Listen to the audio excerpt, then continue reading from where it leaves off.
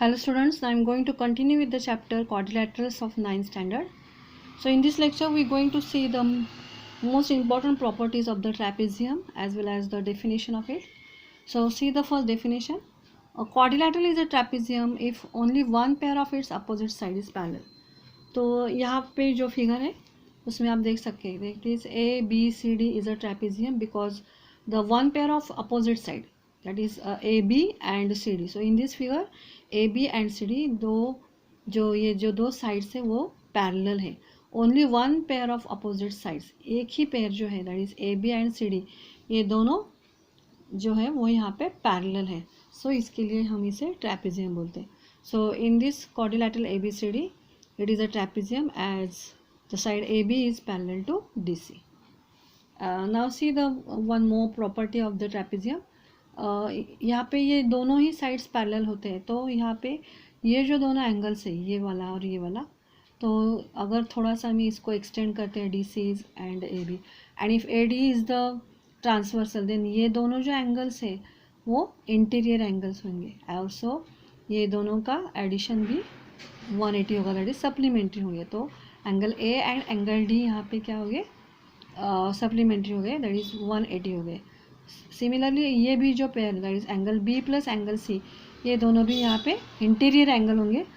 So C S D C and A B दो side से वो पैरेलल है. अगर ये इसकी ट्रांसवर्सल होगी तो ये दोनों जो एंगल्स है वो सप्लीमेंट्री होते हैं. ये हमने पैरेलल लाइंस में सीखा था, तो ये दोनों सप्लीमेंट्री है.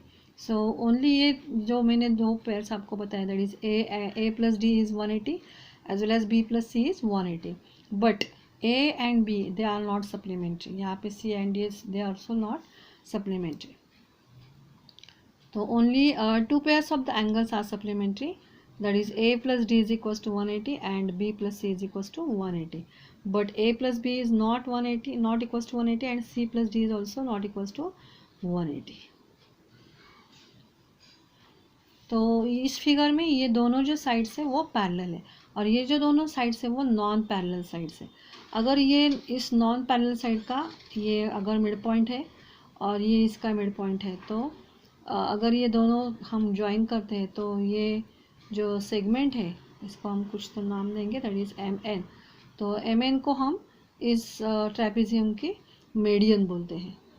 अगर हम जो दोनों नॉन पैरेलल साइड्स के मिड पॉइंट अगर हम ज्वाइन करते हैं तो उसको हम मीडियन बोलते हैं. तो the segment joining the mid points of non parallel sides of a trapezium is called as the median of the trapezium. Now see the next concept about the isosceles trapezium. So what is the meaning of isosceles trapezium? तो आपको ये पता है कि PQ and SR these are the parallel sides of the trapezium. और अगर ये जो नॉन पैरेलल साइड्स है वो नॉन पैरेलल साइड्स अगर कॉन्ग्रुएंट होते हैं तो इसको हम आइसोस्केलस ट्रेपेजियम बुलाते हैं. तो a trapezium in which non parallel sides are congruent is called as an isosceles trapezium and the base of the angles of the isosceles trapezium are congruent. So यहाँ पे जो बेस एंगल्स रहते हैं वो congruent रहते हैं. So we going to start with the practice set 5.4. So in quadrilateral IJKL, the side IZ ये वाले and KL, so they are parallel. So this angle is of 108 degree and this angle is of 53 degree. So we have to find out the measure of this L and Z. तो यहाँ पे हम देखेंगे, that is in quadrilateral IJKL, so these lines are parallel and if these are the transversals. अभी हमने ये property देखी कि ये दोनों पैरेलल है और अगर ये ट्रांसवर्सल है तो ये दोनों एंगल सप्लीमेंट्री रहते हैं, ये दोनों एंगल्स भी सप्लीमेंट्री रहते हैं. सो वही सेम प्रॉपर्टी हम यहाँ पे यूज़ करने वाले हैं. तो ये दोनों का जो एडिशन है वो कितना होगा, 180 होगा. तो angle I plus angle L is equals to 180. So ये जो है जे वाला उसका मेजरमेंट हमें दिया है, that is 108 plus L is equals to 180 degree. तो यहाँ पे L का जो मेजरमेंट है 180 माइनस 108, दैट इज 72. मतलब ये एंगल हमें कितना मिला, 72 मिला. एंगल J और एंगल L हमें फाइंड आउट करना है. यहाँ पे L है. तो हमने L फाइंड आउट किया, that is 72. Why? Because these are the interior angles. And same property हम यहाँ पे भी यूज़ करेंगे, that is J plus K. ये भी 180 है तो उसमें से K है 53, तो J हम फाइंड करेंगे 180 minus 53, that is 127. Same reason, that is interior angles. Now see the second example, that is in quadrilateral ABCD side BC is parallel to AD. मतलब ये दोनों sides parallel है. यहाँ पे ये दोनों congruent दिखाई दे रहे हैं, मतलब ये isosceles trapezium है. And AB is congruent with DC. Angle A is 72 degree. Then find the measures of angle B and D. तो हमें B and D का measurement find out करना है. तो यहाँ पे हमने अभी भी पढ़ा था कि इस एग्जांपल में हमने प्रॉपर्टी यूज़ की थी, ये दोनों इंटीरियर एंगल्स हैं जो सप्लीमेंट्री रहते हैं. तो angle A plus angle B is equal to 180 since these lines are parallel and this is the transversal. So ये दोनों का एडिशन है 180. So B is equal to 180 minus 72, that is 108. तो एंगल बी कितना आया? 108 degree. Now next one, that is same, that is B C is parallel to A D and this one is the transversal. तो पहले हम ये देखेंगे कि ये दोनों जो साइड्स है B C and A D हमें पैरेलल दिए और ये दोनों जो है वो कॉन्ग्रुएंट दी गई है. तो जो एंगल डी है उतना ही एंगल ए होगा, बिकॉज बेस एंगल्स उनके क्या रहते हैं? कॉन्ग्रुएंट रहते हैं. हमने ये भी प्रॉपर्टी यहाँ पे पढ़ी थी, that is the base angles of the isosceles trapezium are congruent. तो अगर ये एंगल 72 है तो ये एंगल भी कितना होगा? 72 होगा, because these are the base angles of the isosceles trapezium.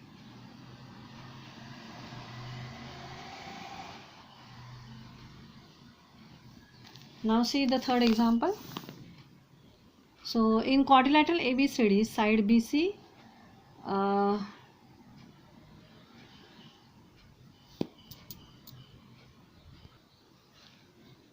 side BC is less than side AD and side BC is parallel to side AD. So if BA is congruent with side CD, then prove that angle ABC is congruent with angle DCB. तो हमें ABC मतलब ABC and DCB, so DCB ये दोनों angles congruent है वो हमें दिखाने हैं. तो इन quadrilateral ABCD BC is parallel to AD हो हमें पता है. It is given and also we have given that is AB is congruent with CD, मतलब ये दोनों. So ये जो है वो ट्रेपेजियम है and angle BAD. So see here angle BAD is equals to angle CDA. तो ये जो है वो base angles of the isosceles trapezium है, बिकॉज ये हमें कॉन्ग्रुएंट है, सो उसके बेस एंगल्स कॉन्ग्रुएंट रहते हैं. तो ये एंगल से कॉन्ग्रुएंट है. सो यहाँ पे BC is parallel to AD and if BA and CD are their transversal. So ये दोनों अगर ट्रांसवर्सल है तो हम ये बता सकते हैं कि ये दोनों एंगल्स सप्लीमेंट्री रहते हैं. वैसे भी ये दोनों एंगल्स भी सप्लीमेंट्री रहते हैं. तो इन दोनों की एडिशन हमने 180 करके दिखाई, because these are the interior angles which are the supplementary. तो ये जो दोनों स्टेटमेंट्स है उसमें से राइट साइड्स तो सेम है, तो ये दोनों लेफ्ट साइड्स सेम होंगे. So BAD plus ABC is equals to CDA plus DCB. ये हमने कहाँ से ले लिया? तो फ्रॉम 3 से. तो यहाँ पे जो ये 4 एंगल्स हमें दिखाई दे रहे उनमें से BAD एंड CDA ये वाला सेकेंड में हमने दिखाया था, उसका यूज़ हम यहाँ पे करें कि BAD एंड CDA ये दोनों कॉन्ग्रुएंट है, वो हमने ऑलरेडी सेकेंड स्टेटमेंट में दिखाया था. तो इसके अंडर में ऐसा एक लाइन ड्रॉ करती हूँ, BAD एंड CDA दोनों कॉन्ग्रुएंट है. तो यहाँ पे CDA के बदले में BAD फिर से लिखती हूँ, because both are the congruent. So BAD plus ABC is equal to BAD plus, so ये दोनों कैंसिल होंगे. तो यहाँ पे हमें मिला ABC is equal to DCB.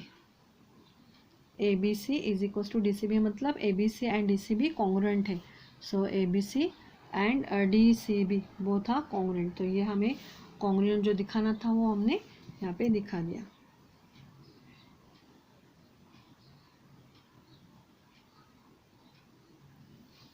So this is all about the practice set 5.4 and in next lecture we will see the remaining concepts. तो ये जो पूरा प्रॉपर्टी जो हमने बताया अबाउट द ट्रेपेजियम। सो ये आपको बहुत ध्यान में रखना है।